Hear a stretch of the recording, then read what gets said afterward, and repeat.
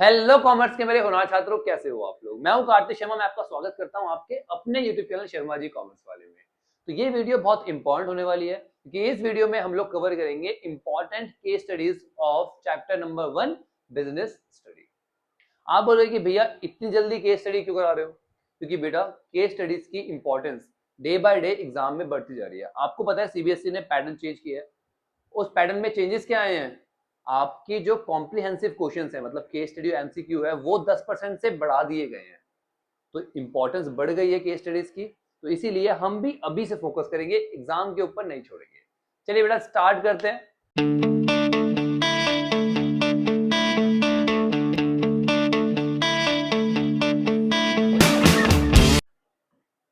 चलिए बेटा देखते हैं अपनी केस स्टडी 1। मैंने आपको पहले भी बताया कि जब भी हमें केस स्टडी पढ़नी है तो सबसे पहले हमें उसकी रिक्वायरमेंट जाननी है कि भैया क्वेश्चन में पूछा क्या है। पूरा केस पढ़ने से पहले एक बार रिक्वायरमेंट जानो पहले। देखो इस क्वेश्चन में देखते हैं, state whether Ashita and Lakshita are efficient and effective. तो इस क्वेश्चन में बताना है कि जो अशिता और लक्षिता है वो एफिशिएंट और इफेक्टिव है या नहीं। ठीक है, तो हमने पहले रिक्वायरमेंट जान ली। ठीक है, तो मेरे दिमाग में मुझे अब रिकॉल करना है। सेकेंड स्टेप यही आता है कि रिकॉल करना है कि भैया एफिशिएंसी और इफेक्टिवनेस क्या था। ठीक है, तो रिकॉल करेंगे, उसके बाद जाके हम क्वेश्चन पढ़ेंगे। चलो मैं आपको रिकॉल कराता हूं। बेटा मैंने आपको बताया था एफिशिएंसी का सिंपल मतलब होता है कम लागत में अपने काम को कंप्लीट करना।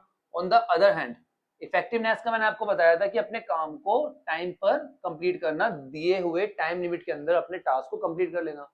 ठीक है, क्लियर। अब पढ़ते हैं अपनी केस स्टडी। ठीक है, तो Ashita and Lashita are employees working in a dazzling enterprise dealing in costume jewellery. तो भैया दोनों काम करते हैं डैजलिंग एंटरप्राइज नाम की एक ऑर्गेनाइजेशन में जो डील करती है कॉस्ट्यूम ज्वेलरी में। The firm secured an urgent order for 1000 bracelet that were to be delivered within 4 days। तो फर्म को एक ऑर्डर मिला है क्या करने का? 1000 ब्रेसलेट्स बनाने का, जो उसको 4 दिन के अंदर अंदर डिलीवर करना है। ठीक है जी, ठीक है। They were assigned the responsibility of producing 500 bracelets each at the cost of ₹100 per bracelet। दोनों को 500 ब्रेसलेट बनाने, और जो कॉस्ट है वो 100 रुपए से ऊपर नहीं होनी चाहिए। ठीक है ना। चलिए, Ashita was able to produce the required number within the stipulated time। तो अशिता ने क्या किया भैया, अपने जो 500 ब्रेसलेट्स थे वो प्रोड्यूस कर लिए जितना टाइम उसको दिया गया था, मतलब 4 दिन के अंदर अंदर उसने 500 ब्रेसलेट्स प्रोड्यूस कर लिए हैं। ठीक है, एट द कॉस्ट ऑफ 55,000। तो यहाँ पे जो इंपॉर्टेंट पॉइंट है वो ये आया कि भैया 55,000 रुपए लग गए उसको। लगने कितने चाहिए थे? 500 ब्रेसलेट से 100 रुपीज का एक बनना चाहिए था, दैट इज 500 मल्टीप्लाई में 100, कितना आ गया बेटा? 50,000। बट कॉस्टिंग लग कितनी गई? 55,000। तो इस केस में अशिता ने अपना जो टास्क है वो टाइम पर तो कंप्लीट कर लिया, बट जो उसकी कॉस्ट थी बेटा वो बहुत इंक्रीज हो गई, 5,000 रुपए उसकी कॉस्टिंग बढ़ गई। तो इस केस में जो अशिता है वो इफेक्टिव तो है बट एफिशिएंट नहीं है, क्योंकि उसकी कॉस्टिंग बढ़ गई। ठीक है, चलिए इसके बाद देखते हैं। Lashita was able to produce only 450 units. Lashita ने केवल 450 यूनिट्स बनाई। ठीक है, 90 रुपए पर यूनिट के हिसाब से। तो यहाँ पे लशिता जो है वो 500 यूनिट बना ही नहीं पाई, उसने अपना टारगेट कंप्लीट ही नहीं किया। तो इस केस में लशिता जो है ना ही एफिशिएंट है और ना ही इफेक्टिव है। ठीक है बेटा, इजी। चलिए तो आप एक बार रीड कर लो पॉज करके वीडियो को। ठीक है, चलिए देखते हैं अपनी अगली केस स्टडी। वही सेम पैटर्न फॉलो करेंगे। सबसे पहले देखेंगे क्वेश्चन मांग क्या रहा है हमसे।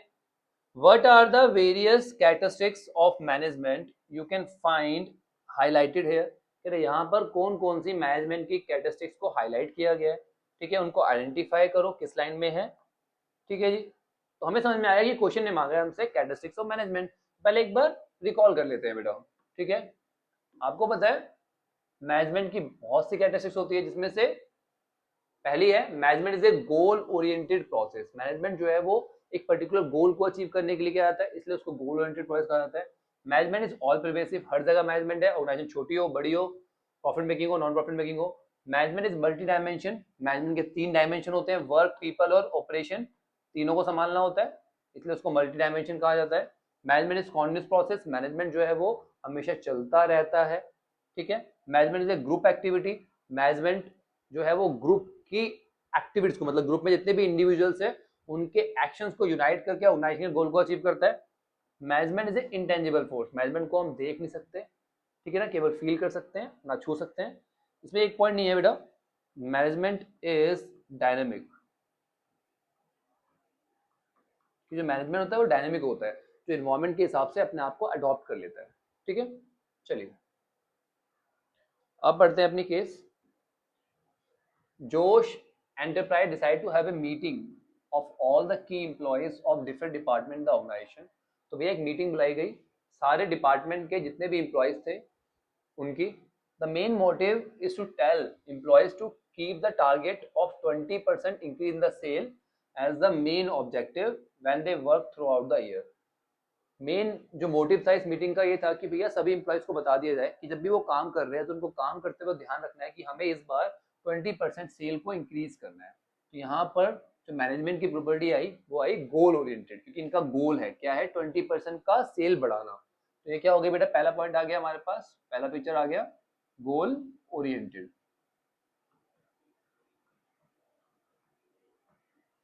ठीक है जी। तो ये गोल ओरिएंटेड है। चलिए अगला आता है हमारे पास, the meeting is full of ideas. तो मीटिंग में बहुत सारे आइडियाज आए regarding employees and process involve, employees के लिए और जो प्रोसेस वो परफॉर्म करते हैं, ठीक है, ऑर्गेनाइजेशन में उन सबके लिए। Various plans are made to harness the potential of the employee. तो बहुत सारे प्लान्स बनाए गए जिससे एम्प्लॉय का पोटेंशियल बढ़ाया जा सके एंड स्ट्रीमलाइन द प्रोसेस, और जो प्रोसेस है उन सबको भी ठीक तरीके से चलाया जा सके, ठीक है। तो यहाँ पे जो प्लानिंग की जा रही है वो एम्प्लॉयज के लिए भी की जा रही है, जो मैनेजमेंट किया जा रहा है एम्प्लॉयज के लिए भी किया जा रहा है, और जो प्रोसेस है उनके, ठीक है, उनके लिए भी किया जा रहा है, राइट। तो यहाँ पे मैनेजमेंट जो है वो दोनों डायमेंशन का हो रहा है, ठीक है ना, पीपल का भी हो रहा है और प्रोसेस का भी हो रहा है, ऑपरेशन का भी हो रहा है। तो इसीलिए हम यहाँ बोलते हैं कि मैनेजमेंट जो है वो मल्टी डायमेंशन है,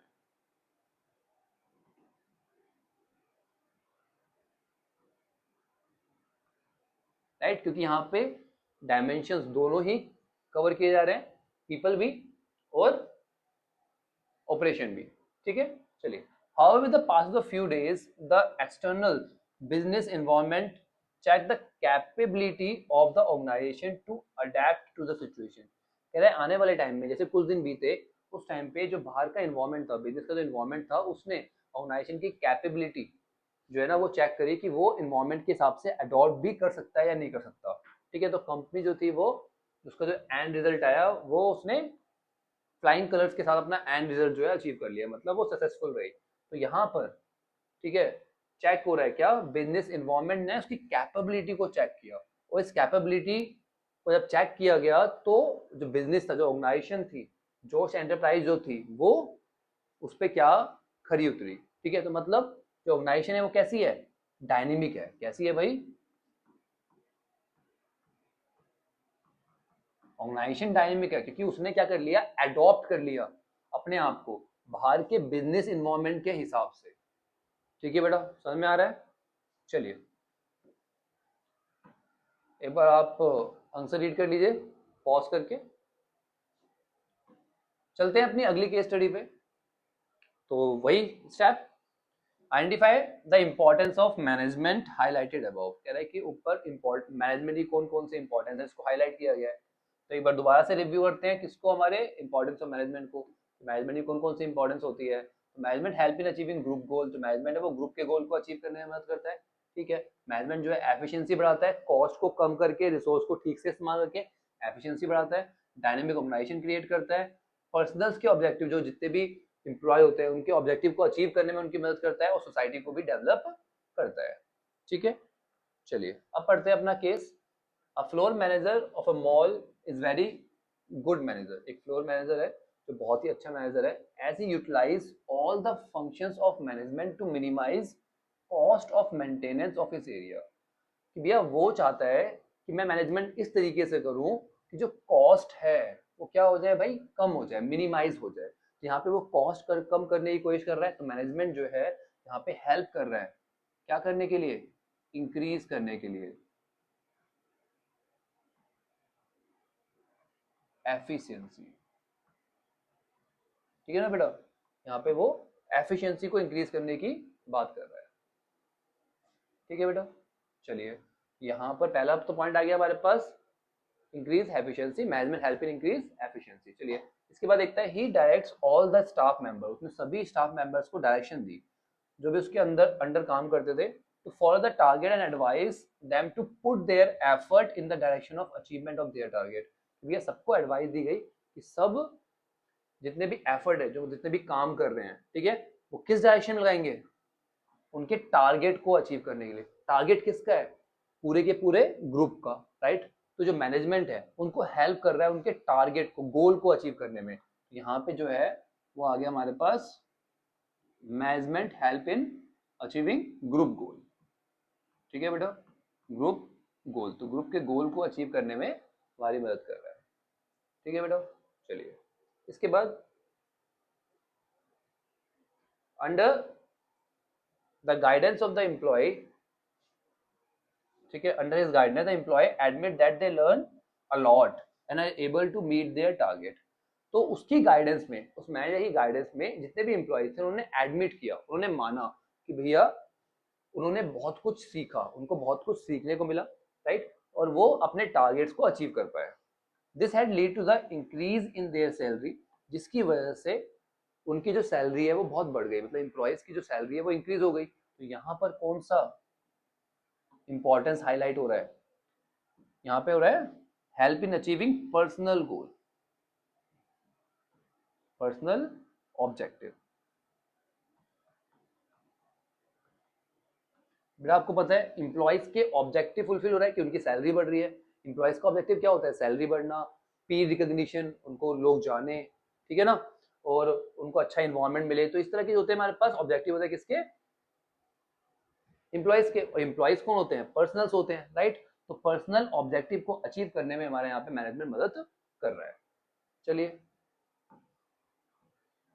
आप यहाँ पे रीड कर लो एक बार। अगली केस स्टडी आती है हमारे पास बेटा, तो पहले देखते हैं क्या पूछ रहा है। ठीक है, in the above case identify the different level of management these three friends belong to. मतलब ऊपर तीन फ्रेंड्स है जो अलग अलग लेवल ऑफ मैनेजमेंट से हैं, हमें उन्हें आइडेंटिफाई करना है। तो लेवल ऑफ मैनेजमेंट जब हम बात करते हैं, आपको पता है तीन लेवल ऑफ मैनेजमेंट होते हैं बेटा। एक होता है हमारे पास टॉप लेवल ऑफ मैनेजमेंट, दूसरा मिडल और तीसरा होता है lower level management. Top level management में जो हमारे आते हैं वो आते हैं board of director, chairman, president, ये सभी, ठीक है ना, रिस्पॉन्सिबल होते हैं पूरी की पूरी ऑर्गेनाइजेशन के लिए। कि इनका काम क्या होता है, रिसोर्सेज को इकट्ठा करना, प्लान्स बनाना, पॉलिसीज बनाना जो ऑर्गेनाइजेशन के गोल को अचीव करे। ठीक है, इसके बाद आता है मिडल मैनेजमेंट। मिडल मैनेजमेंट जो होता है ये ना हेड्स होते हैं अलग अलग डिपार्टमेंट्स के, आपको पता है अलग डिपार्टमेंट्स होते हैं ऑर्गेनाइजेशन के, उनके हेड्स होते हैं, जैसे फाइनेंस मैनेजर, प्रोडक्शन मैनेजर। इनका काम क्या होता है, जो पॉलिसी बनाई है उसको इम्प्लीमेंट कराना, राइट, और इन दोनों के बीच में एक लिंक क्रिएट करना। चलिए इसके बाद है ऑपरेशनल मैनेजमेंट या फिर लोअर लेवल मैनेजमेंट जिसको हम बोलते हैं। ये डायरेक्टली डील करते हैं किससे, फ्लोर लेबर से। ठीक है, मतलब लेबर डायरेक्टली डील करते हैं ये लोग, क्योंकि ये उनको सुपरवाइज करते हैं।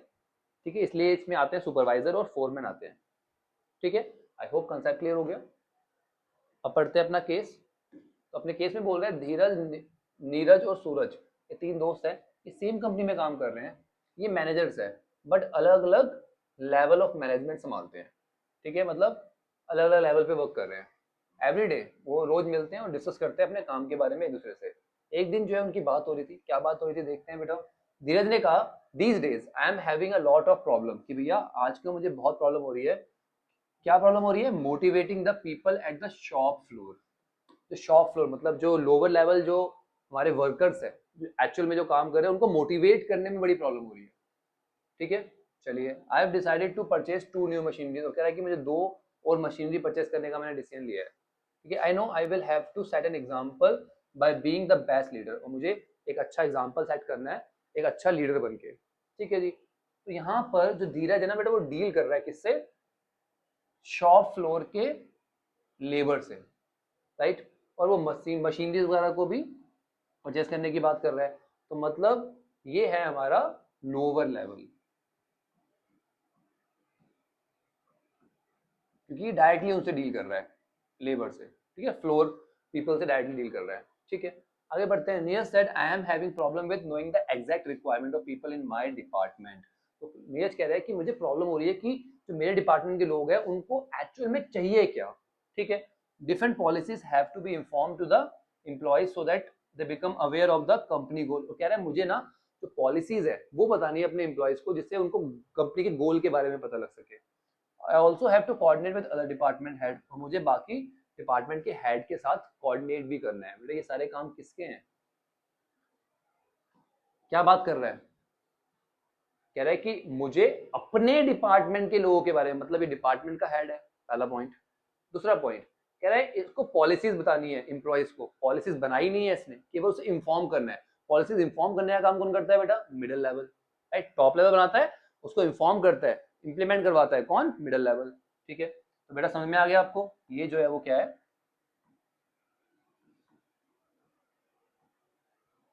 मिडिल लेवल पे वर्क कर रहा है, ठीक है जी, बहुत बढ़िया। सूरज कहता है I have to decide for long term, मुझे ना लंबे टाइम के लिए डिसाइड करना है। Long term policy, long term policy कौन बनाता है, टॉप लेवल। आगे पढ़ लेते हैं, फिर भी समझ में तो आ गया हमें यहाँ पे, ठीक है ना। I know I will be ultimately responsible for every activity, organisation की सभी एक्टिविटीज के लिए कौन रिस्पॉन्सिबल होता है बेटा, टॉप लेवल मैनेजमेंट, ठीक है ना।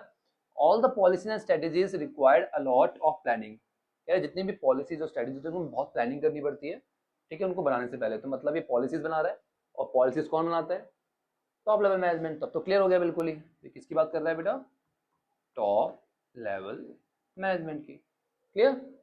चलिए रीड कर सकते हैं आप पॉज करके। अब आता है हमारे पास अगली केस स्टडी, वही देखते हैं। सबसे पहले what are the three feature of profession, profession की किन तीन फीचर्स की बात यहाँ पे की जा रही है, उन्हें आइडेंटिफाई करो। तो सबसे पहले देख लेते हैं कि प्रोफेशन के फीचर्स कौन कौन से थे हमारे पास बेटा। पहला, well defined body of knowledge. आपको पता है प्रोफेशन में डॉक्टर, इंजीनियर, इनको ना well defined body of knowledge gain करनी पड़ती है, जो कहीं ना कहीं ऑलरेडी स्टोर होती है, लिखी हुई होती है, ठीक है। तो इनके लिए बहुत सारी नॉलेज ऑलरेडी अवेलेबल होती है, ठीक है। दूसरा, रेस्ट्रिक्टेड एंट्री। कोई भी डॉक्टर इंजीनियर नहीं बन सकता, कोई भी प्रोफेशनल नहीं बन सकता। उसके लिए क्या है, अगर डॉक्टर बनना है आपको तो एमबीबीएस की डिग्री लेनी पड़ेगी, राइट। लॉयर बनना है तो आपको लॉ करनी पड़ेगी। प्रोफेशनल एसोसिएशन, जितने भी प्रोफेशंस है वो रजिस्टर्ड होते हैं किसके पास, एक प्रोफेशनल एसोसिएशन के पास। जैसे डॉक्टर के लिए मेडिकल काउंसिल है, लॉयर के लिए बार काउंसिल है, ठीक है। इथिकल कोड ऑफ कंडक्ट, ये प्रोफेशनल एसोसिएशन के लिए कुछ कोड ऑफ कंडक्ट बनाती है जिन्हें फॉलो करने पड़ते हैं। जैसे जो लॉयर है उसे काला कोट पहनना पड़ता है कोर्ट रूम में, ठीक है। सर्विस मोटिव होता है इनका। चलिए अब एक बार हम अपना केस पढ़ लेते हैं। In the country named Wonderland, कह रहा है एक कंट्री है इसका नाम है Wonderland. Acting is considered as a profession, वहां पे एक्टिंग को एक प्रोफेशन माना जाता है, ठीक है जी। Whosoever has to become an actor has to read books written about acting, कह रहा है जिसको भी एक्टिंग सीखनी है उसको एक्टिंग पे लिखी हुई बुक्स को पढ़ना पड़ता है। तो यहां से हमें समझ में आ गया, ठीक है, कि भैया यहाँ पर बॉडी ऑफ नॉलेज है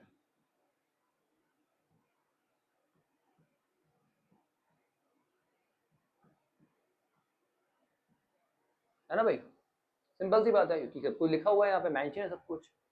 चलिए, these books tell the nuance of acting, acting के बारे में सिखाती है, और इसको पढ़े बिना कोई भी एक्टर नहीं बन सकता, ठीक है। Well defined body of knowledge हो गई यहाँ पे।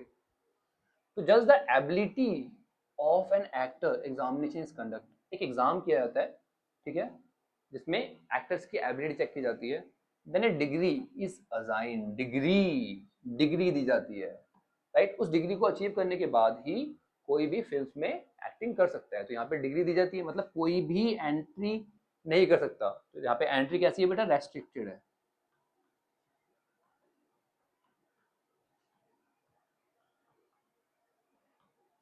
ठीक है जी, दूसरा पॉइंट समझ में आ गया, आगे बढ़ते हैं। There are about 30,000 actors in Wonderland who are compulsory member of the organization। एक ऑर्गेनाइजेशन है, उसकी मेंबरशिप लेना बहुत जरूरी है। मतलब जब इस तरह की ऑर्गेनाइजेशन होती है तो क्या बोलते हैं, प्रोफेशनल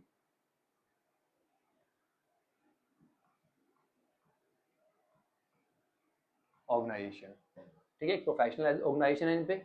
ये 3 फीचर्स हमारे पास हमारे प्रोफेशन के इसके अंदर है। चलिए बेटा पढ़ लो। अब आता है हमारे पास अगला केस। अगले केस में क्या पूछ रहा है बेटा, इन the above case find out the concept of management violated. कह रहे हैं मैनेजमेंट के कौन से कंसेप्ट को वायलेट किया गया है, तोड़ा गया है, और कौन से कंसेप्ट को फॉलो किया गया है। ठीक है जी। Also tell at which level of management does the Amit work. कह रहा है अमित कौन से लेवल पे काम कर रहा है। ठीक है, देखते हैं अमित कौन से लेवल पे काम कर रहा है और कौन कौन से चीजों को वायलेट किया गया और किन को फॉलो किया गया। ठीक है, चलिए। Faulty work in corporation as a very dynamic plant superintendent.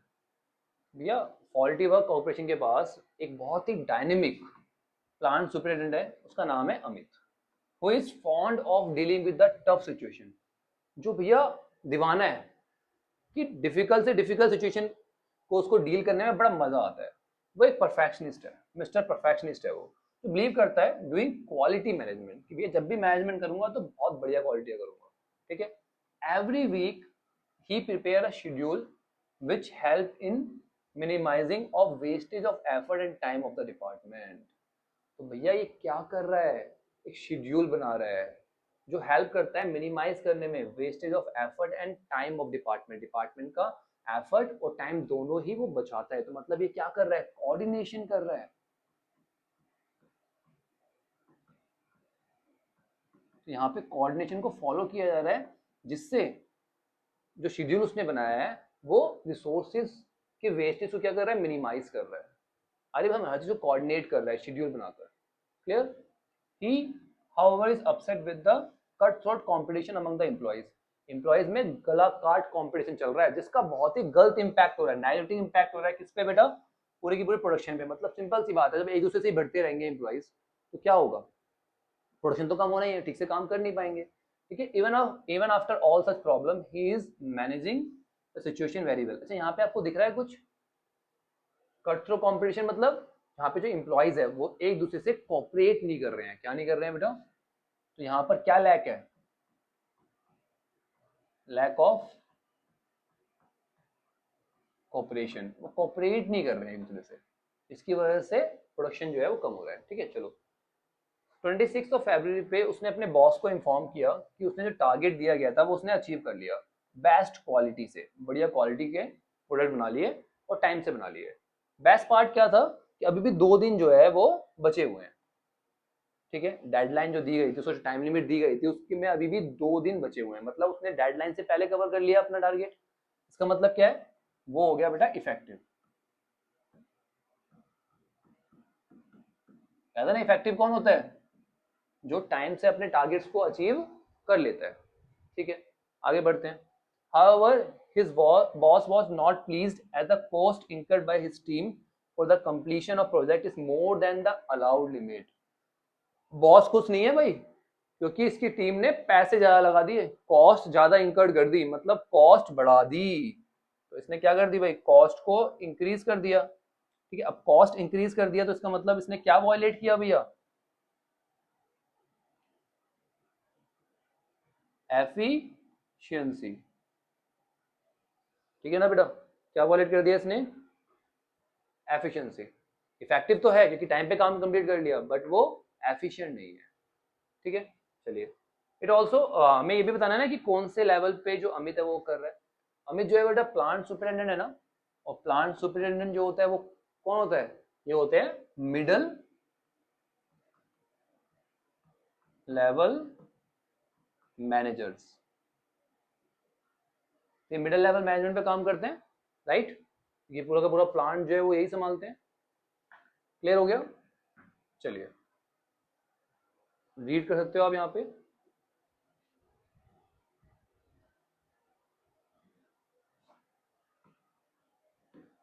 अगली केस स्टडी आती है हमारे पास बेटा, क्या पूछ रहा है इसके अंदर, इसके अंदर पूछ रहा है in the above case which type of objective are discussed. कौन सा ऑब्जेक्टिव डिस्कस किया गया है मिस्टर कुलकर्णी द्वारा। ठीक है ना, अपनी स्पीच में। What is the other term used for this category of objective, इस ऑब्जेक्टिव के लिए कौन कौन सी दूसरी टर्म्स को यूज किया गया है। ठीक है जी, पहले ऑब्जेक्टिव देखना है, फिर उसके अंदर की टर्म्स भी देखनी है। Eight which level of management Rajesh work in the company, Rajesh किस लेवल पे काम कर रहा है। ठीक है, तो पहले एक बार ना हम लोग ऑब्जेक्टिव ऑफ ऑर्गेनाइजेशन देख लेते हैं बेटा। ऑर्गेनाइजेशन के जो ऑब्जेक्टिव्स होते हैं, मतलब मैनेजमेंट के जो ऑब्जेक्टिव होते हैं, वो कौन कौन से होते हैं। पहला आता है ऑर्गेनाइजेशन ऑब्जेक्टिव। ऑर्गेनाइजेशन का ऑब्जेक्टिव कौन सा होता है बेटा।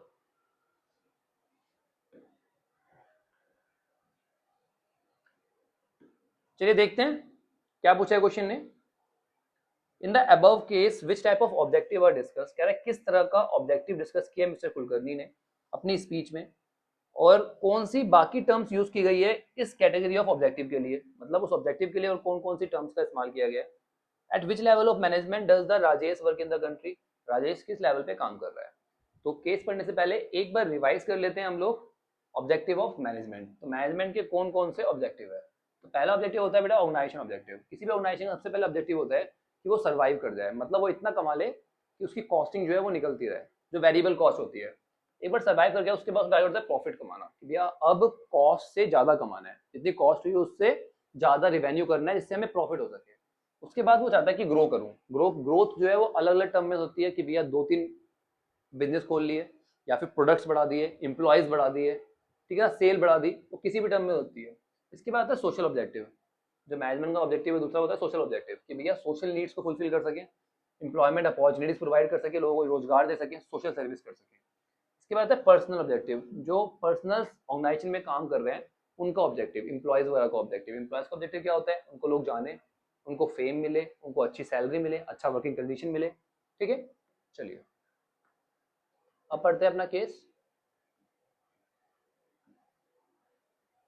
ICI manufacturer are the leading AC manufacturer, ये बढ़िया AC बनाने वाले हैं, ठीक है ना। इन्होंने ने क्या करा, रिकॉर्ड टारगेट अचीव कर लिया, जिनका टारगेट था उन्होंने अचीव कर लिया। ठीक है, तो इसीलिए उन्होंने डिसाइड किया भाई प्राइज देंगे किसको, बेस्ट वर्कर को। और जो राजेश जो बहुत ही डिवोटेड वर्कर था उसको ये प्राइज मिला। ठीक है ना, बेस्ट वर्कर का प्राइज मिला राजेश को। तो बहुत ही हैप्पी, बहुत खुश हुआ। मिस्टर कुलकर्णी जो CEO थे कंपनी के, उन्होंने एक हार्ट टचिंग स्पीच दी, दिल को छू जाने वाली स्पीच दी। ठीक है जी, अपना टारगेट अचीव हो गया, खुश थे बेचारे। He tell all the worker, ठीक है ना, present that the company should reach new height this year. वो कहते हैं कि भैया सभी वर्करों को कहते हैं कि अब हमारी कंपनी को नई ऊंचाइयों तो लेके जाना है। Their contribution will be immense, और जिसमें एम्प्लॉय का कॉन्ट्रीब्यूशन बहुत जरूरी है, मतलब वो एम्प्लॉयज को मोटिवेट कर रहे हैं। ठीक है, he tell them that revenue this year should exceed the cost. वो कह रहे हैं कि इस साल जो रिवेन्यू है वो कॉस्ट से ज्यादा होना चाहिए। पहली चीज तो मुझे यहाँ पे ये समझ में आ गई कि वो अपने ऑर्गेनाइजेशन के बारे में बात कर रहे हैं। तो यहाँ पर